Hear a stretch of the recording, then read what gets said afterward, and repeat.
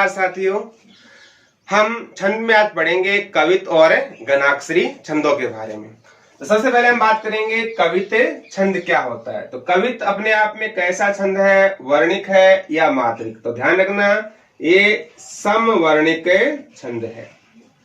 इसमें वर्णों की संख्या गिनी जाती है और चारों चरणों में जो वर्ण है वो क्या होते हैं, समान होते हैं, इसलिए आपका क्या है, समवर्णिक छंद है।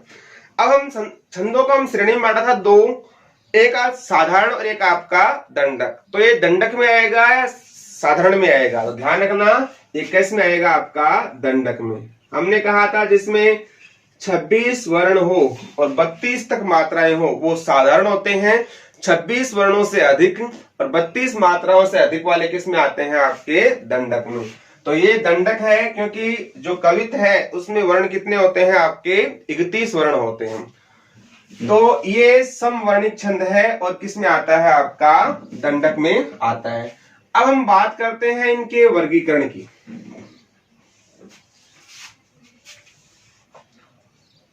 तो ध्यान रखना, कवित के वर्गीकरण दो करते हैं। एक तो आपका होता है कवित, कवित में हो जाएगा आपका मनहरण कवित, मनहरण कवित। और दूसरा वर्गीकरण हो जाएगा इसका घनाक्षरी कवित, दूसरा हो जाएगा आपका घनाक्षरी।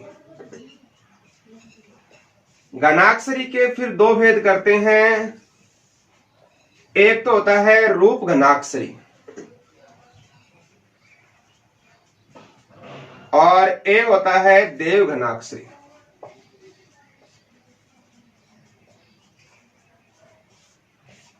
रूप घनाक्षरी और देव घनाक्षरी। मनहरण कवित है, इसमें कितने वर्ण होते हैं, आपके 31 वर्ण। रूप घनाक्षरी में कितने वर्ण होते हैं, आपके 32 वर्ण। और देव घनाक्षरी में कितने वर्ण होते हैं, आपके 33 वर्ण। तो घनाक्षरी आए चाहे कवित आए, दोनों सिमिलर है आपके। कवित के दो भाग करते हैं, कवित का ही रूप है आपका घनाक्षरी। एक होता है मनहरण कवित, दूसरा होता है घनाक्षरी। घनाक्षरी के दो भेद करते हैं, रूप घनाक्षरी और देव घनाक्षरी। अगर इसको सूत्र रूप में याद रखना चाहें, मन रूप देव, मन रूप देव, मन रूप देव। मन यानी मनहरण कवित, रूप का रूप घनाक्षरी और देव का देव घनाक्षरी। तो मनहरण कवित में 31 वर्ण, रूप घनाक्षरी में 32 वर्ण और देव घनाक्षरी में कितने वर्ण होते हैं, आपके 33 वर्ण होते हैं। तो सबसे पहले हम चर्चा करेंगे आपके मनहरण कवित के बारे में। तो मन रूप देव 31, 32 और 33। मनहरण कवित 31 वर्ण, रूप घनाक्षरी 32 वर्ण और देव घनाक्षरी कितने वर्ण होते हैं, आपके 33 वर्ण। जैसे मान लो एक तो आपका क्या है, मनहरण कवित, दूसरा है आपका रूप घनाक्षरी, तीसरा है आपका देव घनाक्षरी। अगर हम बात करते हैं वर्णों की, तो मनहरण में कितने वर्ण होते हैं, आपके 31 वर्ण। इसमें आपके रूप घनाक्षरी में 32 वर्ण और देव घनाक्षरी में क्या होते हैं, आपके 33 वर्ण।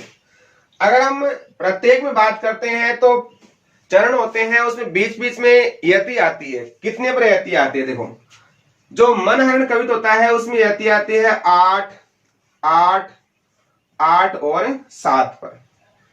रूप घनाक्षरी में यति आती है 8, 8, 8 और 8, 8 चौक 32 और 32 में एक कम करेंगे तो 7 हो जाएगा 31 और 33 में एक बढ़ा देंगे 8, 8, 8 और 9।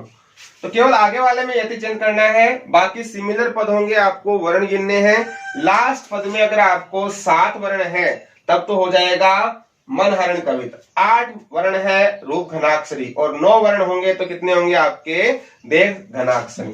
तो यदि आने वाले चौथे क्रम के अंदर अगर 7 वर्ण है, 8 वर्ण है और आपके 9 वर्ण है, तो इस आधार पर हम क्या करेंगे, कवित छंद के बारे में जानकारी प्राप्त करेंगे। तो कवित, मनहरण कवित, रूप घनाक्षरी और देव घनाक्षरी।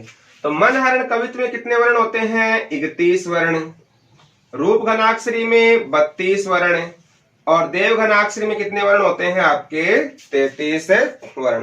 तो सबसे पहले हम बात करते हैं मनहरण कवित की। तो तुलसीदास जी का एक दोहा है, जैसे लिखा, किस भी किसान कुल बनिक भिखारी बाट, चाकर चपल नट चोर चाल चेटकी। तो ये दोहा है। अब इसमें हम गिनते हैं और जहां 8 31 होते हैं वहां कितनों पर यति होती है, 8 8 8 और 7 पर।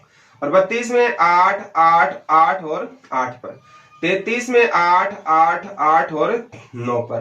केवल हमें चौथे पद के जो वर्ण है वो देखने हैं, फिर भी हम गिन लेते हैं कि 32 मात्रा किस वर्ण किस में है, 33 वर्ण किस में है और 31 वर्ण किस में।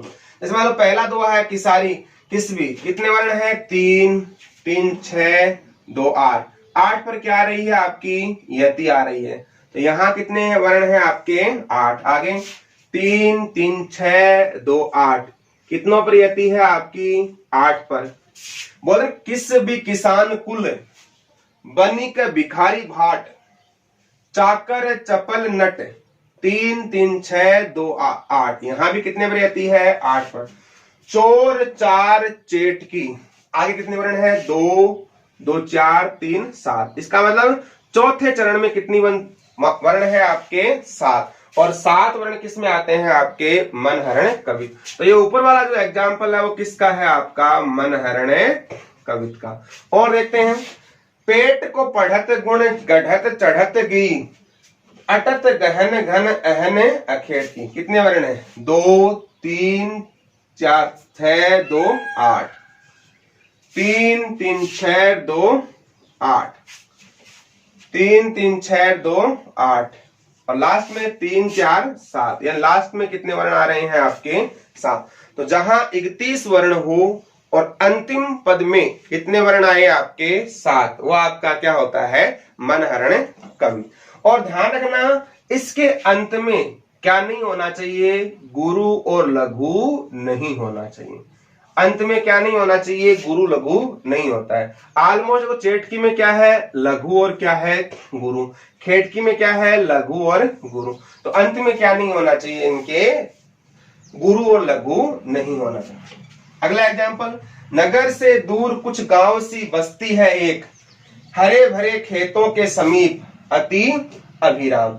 अब इसके अंदर देखते हैं 3 4 2 6 2 8 कोमा 2 3 4 5 6 2 8, 8 दोनों एक लाइन में कितने हो गए आपके 16 वर्ण। दूसरे में गिनते हैं 16 है या नहीं, 2 4 2 6 7 3 10 2 12 4 16। इसका मतलब दूसरे में कितने वर्ण है आपके 16। तो 16 16 कितने हो गए आपके 32 वर्ण। और 32 वर्ण किस में आते हैं आपके मन रूप घनाक्षरी में। तो ये किसका एग्जाम्पल हो गया आपका रूप घनाक्षरी। और ध्यान रखना रूप घनाक्षरी के अंत में क्या आता है, गुरु और लघु आता है, या फिर आपके दोनों लघु आ सकते हैं। तो रूप घनाक्षरी के अंत में क्या आता है, गुरु और लघु। तो राम में क्या आ रहा है लघु, गुरु और क्या है आपका लघु। जैसे देव घनाक्षरी का देखते हैं, झिल्ली झनकारे पिक चातक पुकारे वन, मोरनी गुहारे उठे जुगनू चमकी चमकी। अब देखो वर्ण कितने हैं, 2 4 6 2 8 3 11 3 14 2 16 3 19 3 22 2 24 3 27 3 30 और 3 33। 33 वर्ण है। इसका मतलब कौन सा होगा आपका देव घनाक्षरी। 33 वर्ण है तो क्या हो जाएंगे आपके देव घनाक्षरी। तो केवल आपको वर्ण गिनने हैं। अगर किसी दोहे की पंक्तियों में 31 वर्ण आते हैं तो मनहरण कवित होता है, 32 वर्ण आते हैं तो रूप घनाक्षरी और 33 वर्ण आते हैं तो क्या होता है देव घनाक्षरी। सूत्र है मन रूप देव। और ध्यान रखना इसके अंत में है ना देव घनाक्षरी में तीनों अंत में क्या आते हैं, लघु आते हैं। चमकी चमकी, दमकी दमकी, दमकी शब्द आता है, तो यहां भी तीनों क्या है, लघु हैं। तो अंत में तीनों ही क्या आते हैं, आपके लघु आते हैं। इसका स्क्रीनशॉट लीजिए आप।